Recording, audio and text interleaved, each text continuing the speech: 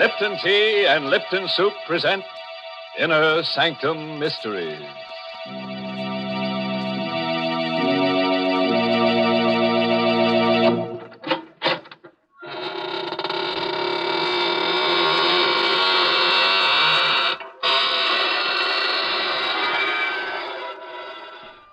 Good evening, gentle friends of the Inner Sanctum. Welcome through the creaking door for another soothing half hour of sweetness and light. Oh, I've learned a new trick. Would one of you like to step up here and be sawed in half? What? No volunteer? Well, maybe you're right. The first part, the sawing in half, that's easy. But the second part, the putting together again, I'm still not very good at that. Mr. Host, how can you joke about such things? Are you trying to get our listeners in a mood for enjoying themselves? That's it, Mary. Well, jokes like that certainly won't put people in a good mood. Here's a much better way to do it. Just serve folks a piping hot cup of Lipton tea, and they'll be in a good mood in a minute.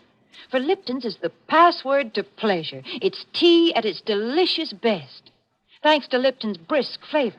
Brisk, you know, is the tea expert's own word for the fresh, lively, full-bodied flavor of Lipton tea. Unlike ordinary dull-tasting teas, Lipton's is never flat. It's always spirited and satisfying. Try it real soon and get the extra enjoyment of Lipton's wonderful brisk flavor.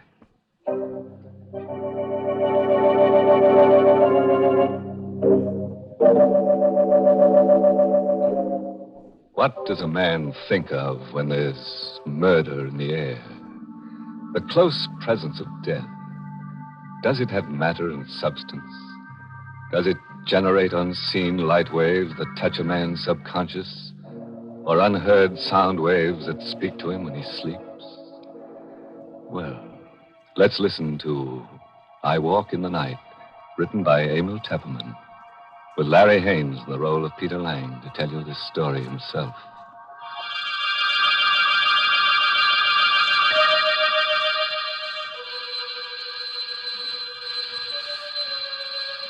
I don't know if it was the ringing of the doorbell that awoke me, dragged me back to consciousness out of a deep, heavy sleep.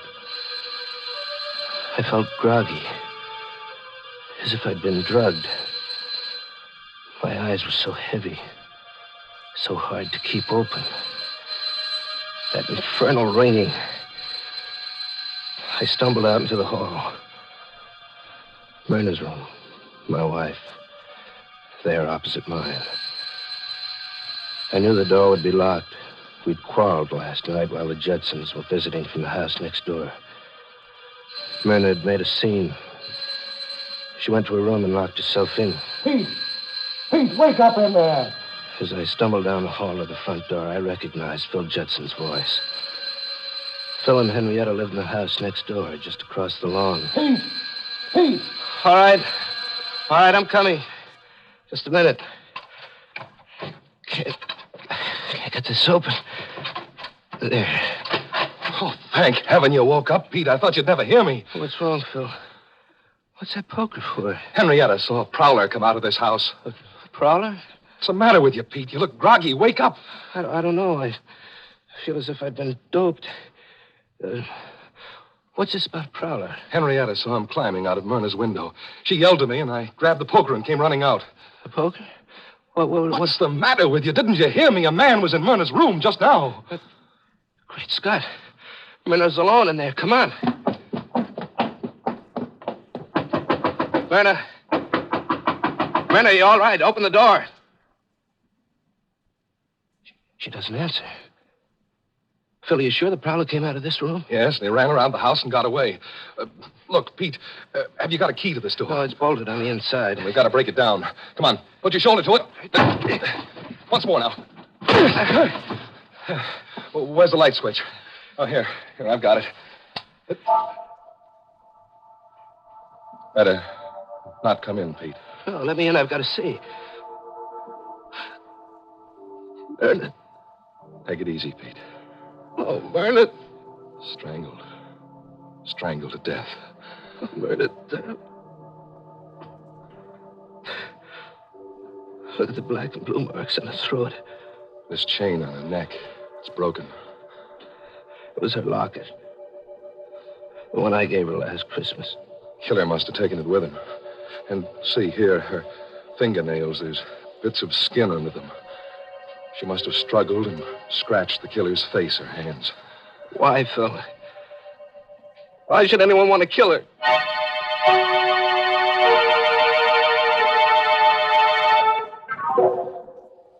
Then began the long torture of the investigation. Detectives swarming over the house. Men in derby hats examining the body of my wife. Measuring the room, searching for fingerprints. And finally, more men who came and carried her away forever. Through it all, Phil and Henrietta sat with me, trying to give what comfort they could. Oh, Peter, dear, please talk to us. I can't stand seeing you sit there with your head in your hands. It won't bring Myrna back to life. Henrietta's right, Pete. You've got to get a hold of yourself. I know, but I can't stop thinking about it.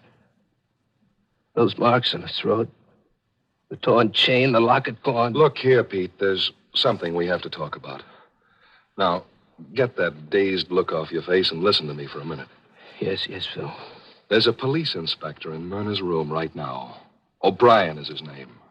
He'll be coming in soon to question you. Now, you'd better not tell him about the quarrel you had with Myrna last night. I don't get you. It would look bad for you. For me? Oh, what do you mean? Phil, you don't think that I... Suddenly, I caught my breath.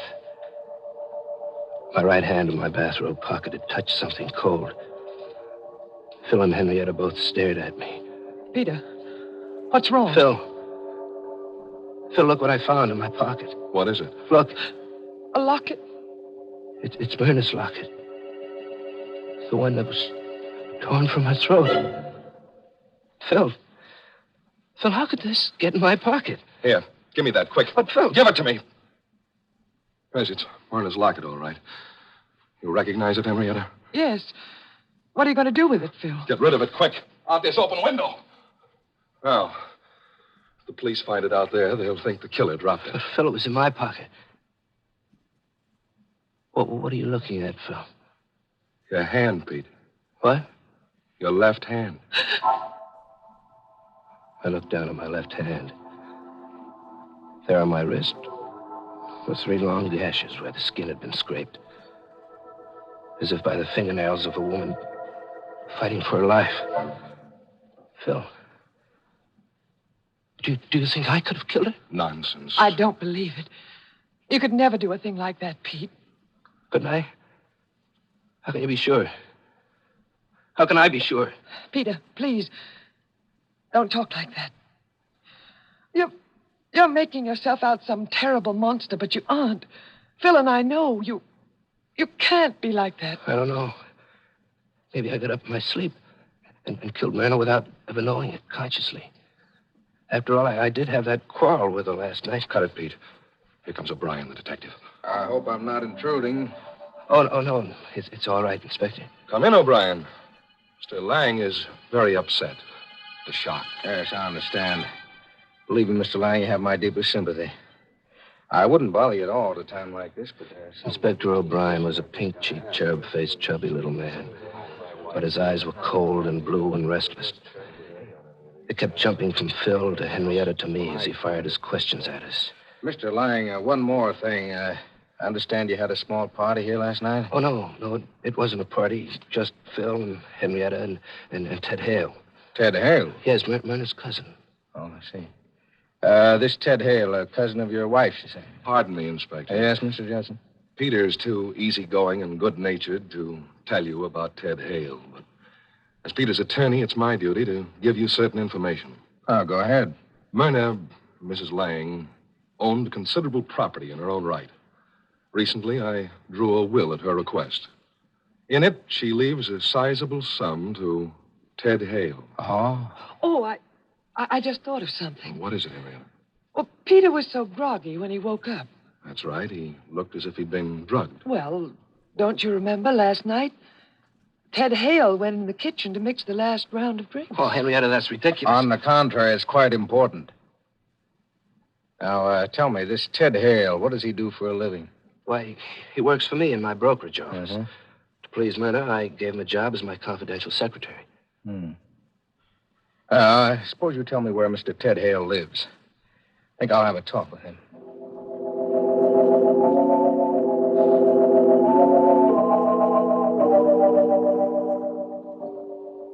Now, all you have to do, Pete, is sit tight.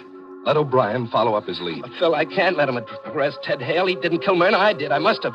The locket. These scratches. It's not fair to Ted. As your attorney, I won't let you strap yourself in the electric chair. You go back to your room and get some sleep. Henrietta, do you mind going back to our house by yourself? Of course not.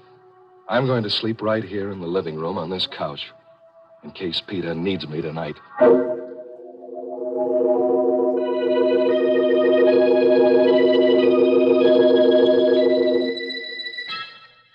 On my bed in the dark, I kept seeing 1,000 pictures. Myrna, her face mottled with strangulation. Phil, always so sure of himself. Henrietta, worried and frightened. And O'Brien, his face grim and his blue eyes cold, going off to question Ted Hale.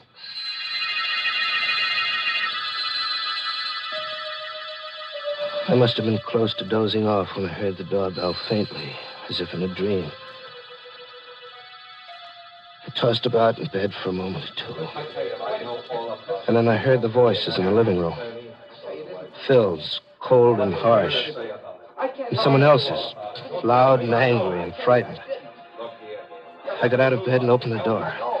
I went down the hall to the living room. I had to know who was in there arguing with Phil. It was Ted Hale. Ted, what are you doing here? Phil phoned me. He told me about Myrna. I called him up, told him O'Brien would be coming for him.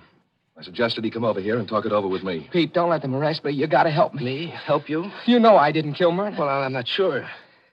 Pete. What? I was here last night, you know, when you had that fight with Myrna. What do you mean?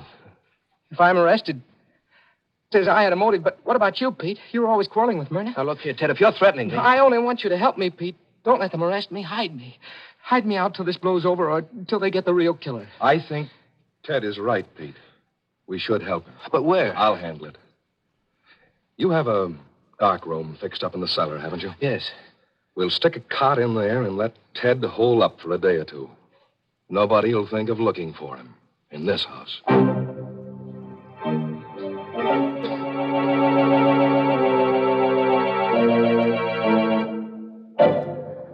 Poor Peter. Seems to be in a daze half the time. Yes, his trouble is that when he's awake, he's half asleep, and when he's asleep, he's half awake. It's no wonder he can't sleep well. He seems to be such an honest person, he can't lie easy. You know, it's too bad he doesn't go over and stay at Phil's house, Mr. Host. Phil and Henrietta seem the kind of people who do everything to make him comfortable. Well, I just hope they know something about hospitality, Mary. Oh, I'm sure they do. Why, everybody knows that the proper way to treat guests is to serve them something delicious. For example, when guests drop in at my house, the first thing I do is put on the tea kettle. And almost before they have their wraps off, I have my best tea service out, and I'm serving them some of my fragrant, fresh-made cake and a cup of heartwarming Lipton tea. For no matter what time of day or night guests arrive, there's nothing like wonderful Lipton tea to make them relax and feel at home. Yes, Lipton's brisk flavor is so lively and full-bodied and satisfying, it just naturally hits the spot with everybody. In fact, I always say, whenever you want to serve your friends or your family a grand, refreshing drink, make it tea. And make it tea at its delicious best. Lipton tea.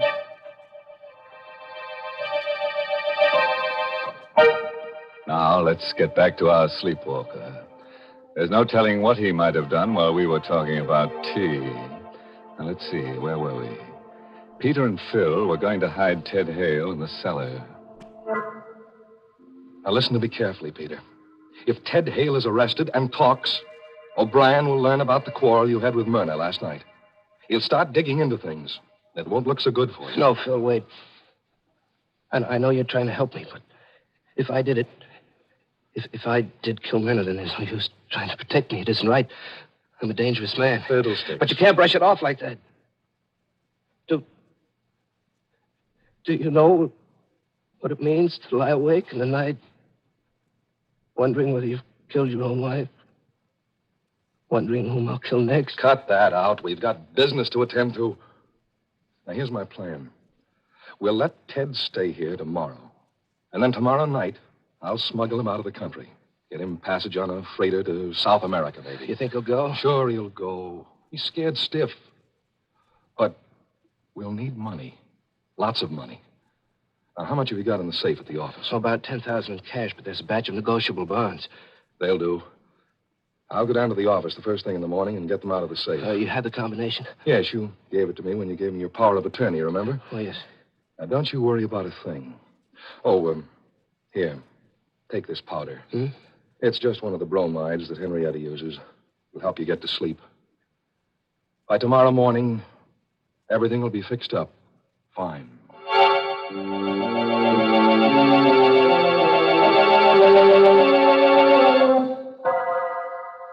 It was almost dawn when Phil left. And it must have been hours later, close to noontime, when I felt myself being roughly shaken out of a heavy, troubled sleep. Pete, wake up. What? Hey, wake up. Come on, snap out of it. What? Oh, Phil. Gosh, I feel groggy. What was in that powder you gave me? Never mind the powder. Get your eyes open. Got something to tell you. Phil, what's wrong? What happened? Listen to me carefully, Pete. I went down to the office before business hours this morning and opened the safe to get the money out. Yes? The safe is empty. Empty? The securities are gone. Well, it can't be. Who else had the combination besides you and me? Only Ted Hale. Oh? Do you think that... I'll bet you $1 to a donut he's gone. Come on, let's check.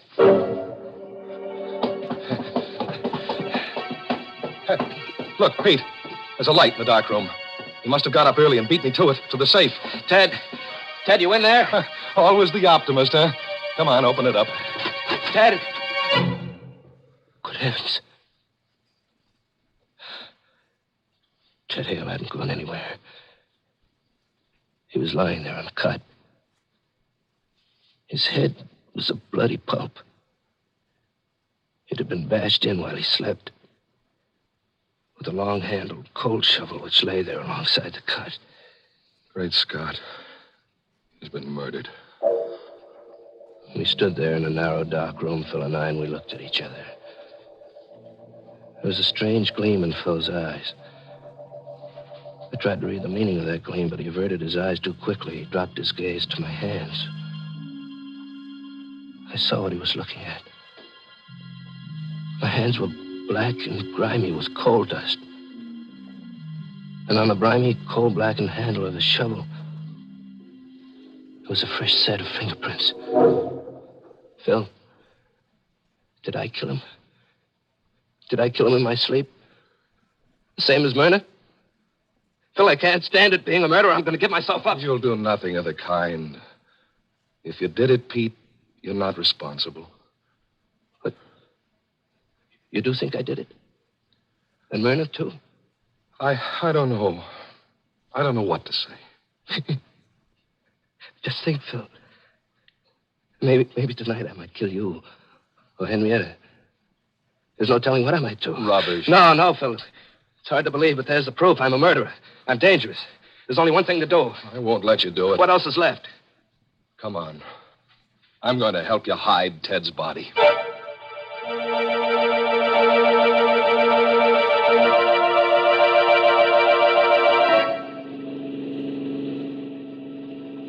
How much further, Phil? Oh, there it is. There's the bridge up ahead.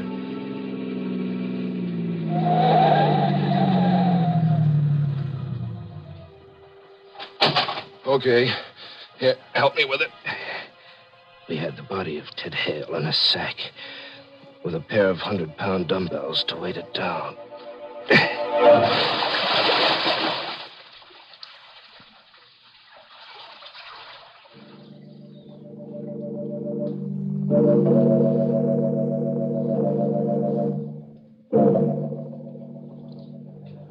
Myrna's funeral took place the next morning, and I had to endure the condolences of friends and business associates.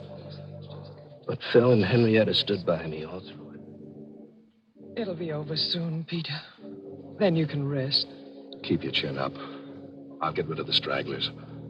Look who just came in. Where?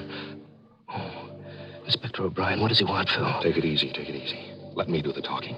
I came to pay my respects, Mr. Lang. Oh, well, thank you, Inspector. No trace of Ted Hale, is there, Inspector? I'm afraid not, Mr. Judson. We're combing the city for him, but I'm afraid he's got clean away. You see, It was marvelous to see how calmly Phil could talk to O'Brien about Ted Hale, knowing all the time just where the body was, under that bridge. I glanced at Henrietta. She was watching Phil, too. Know what I think, Mr. Judson? I think Ted Hale will never be caught. I have a very funny feeling that he's dead.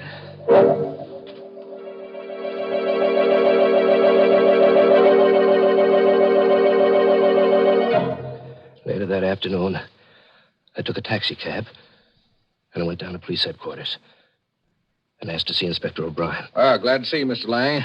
You're looking a little better this afternoon. I feel better, Inspector. I feel better because I've come to an important decision. Oh, yeah? Inspector, I've decided to tell you something that'll startle you. That's pretty hard to startle an old hand in my business. Go ahead, I'm listening. All right. Inspector, Ted Hale didn't kill Myrna. I killed her.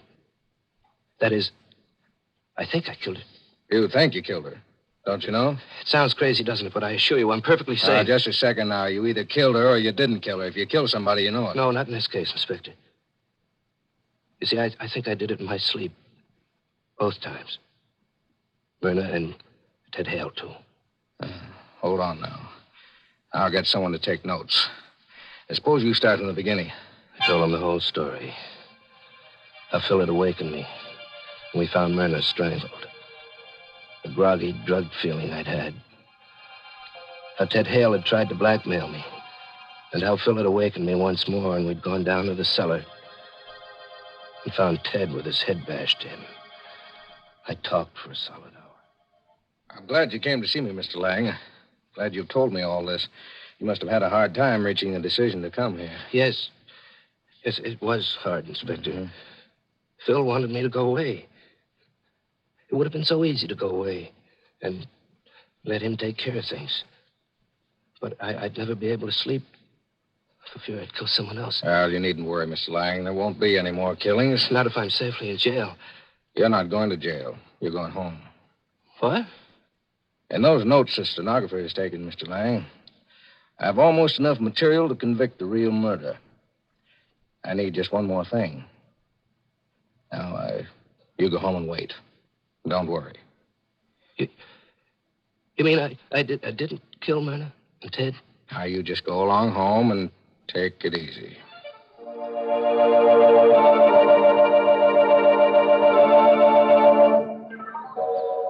I'm back at home now. It's 2 hours since I left O'Brien's office, and I've taken the time to write down this full account, just as I gave it to the stenographer. As I write now, I can look across the lawn to Phil Judson's house. 5 minutes ago, I saw Inspector O'Brien and 2 detectives go in there. The front door is opening now. I can see them coming out. O'Brien first, then the 2 detectives, with Phil between them. They've got handcuffs on Phil. And here comes Henrietta. She's running across the lawn, coming here. Peter! Peter! Coming, Henrietta. Peter, they've taken Phil away. Yes, I saw it off from the window. Oh, darling. Everything went right. Exactly as we planned Oh, it. baby. Hold me tight, Peter. Tight. We can be together now. Forever and ever. I'd have killed a dozen Myrnas for you, baby. I know. And you were clever, Peter. So clever. And the hardest part was getting Phil to cooperate. But I knew he'd do anything for a friend. What a fool he is. He stepped right in and took over. You should have seen O'Brien when I told him the story. I could tell exactly what he was thinking. Here's a poor innocent sap whose best friend is framing him, giving him drugs, and then making him think he commits murders in his sleep. Oh, Peter, as soon as he's convicted, I'll be free, and we can go away together. All right. Huh? But you'll have to cancel that trip. Both of you. O'Brien. You heard what we said? Sure did, every word. Remember at my office, Mr. Lang, when I told you I only needed one more thing to clinch the case against the murderer? Well, this was it. I faked the arrest of Mr. Judson. Then I sneaked back to see what you'd do about it. You did plenty.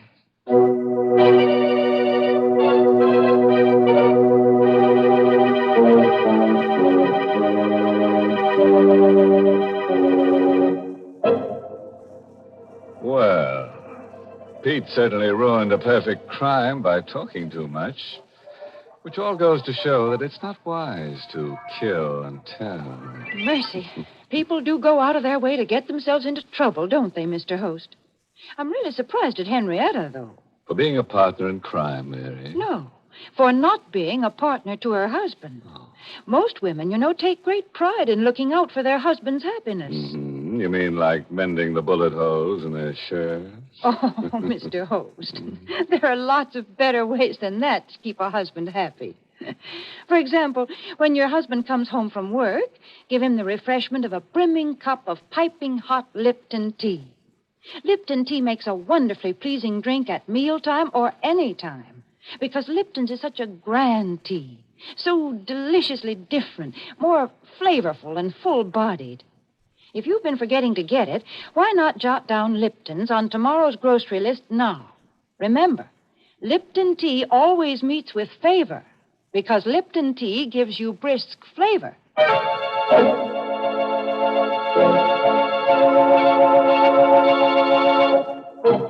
And now, friends, a parting word of advice. If you ever wake up and think that you've murdered someone in your sleep, don't go to the police. Now, just take another powder, brother, and go back to sleep. Oh, by the way, this month's Inner Sanctum mystery novel is The Innocent Mrs. Duff by Elizabeth Sanksey Holding. And next week, the makers of Lipton Tea and Lipton Soup will bring you another Inner Sanctum mystery directed by Hyman Brown and called Accident. Does the wind whistling in your ears frighten you, folks? Oh, now don't be scared. Because when you're pushed down an empty elevator shaft and you hit the bottom, nothing ever can frighten you again. It's just an accident. And you'll learn all the mystery of it if you're listening to Inner Sanctum next week.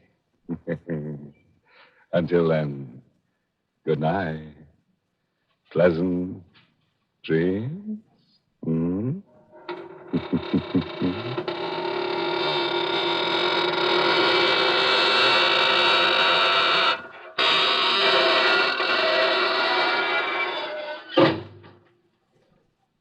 For a wonderful soup, be sure to try Lipton's Noodle Soup. Lipton's is the extra delicious noodle soup that folks rave about on account of all those tender golden egg noodles and that honest-to-goodness chickeny flavor. Tastes like homemade soup that you'd spend hours in making, yet Lipton's is ready in a jiffy. Lipton's noodle soup mix costs less and makes lots more than ordinary canned soups. So get some Lipton's Noodle Soup tomorrow.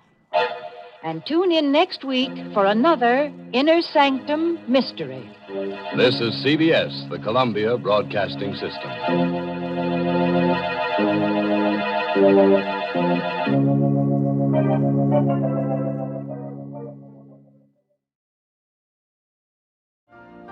You've been listening to the OTR Gold Network. Find more classic radio at otrgold.com.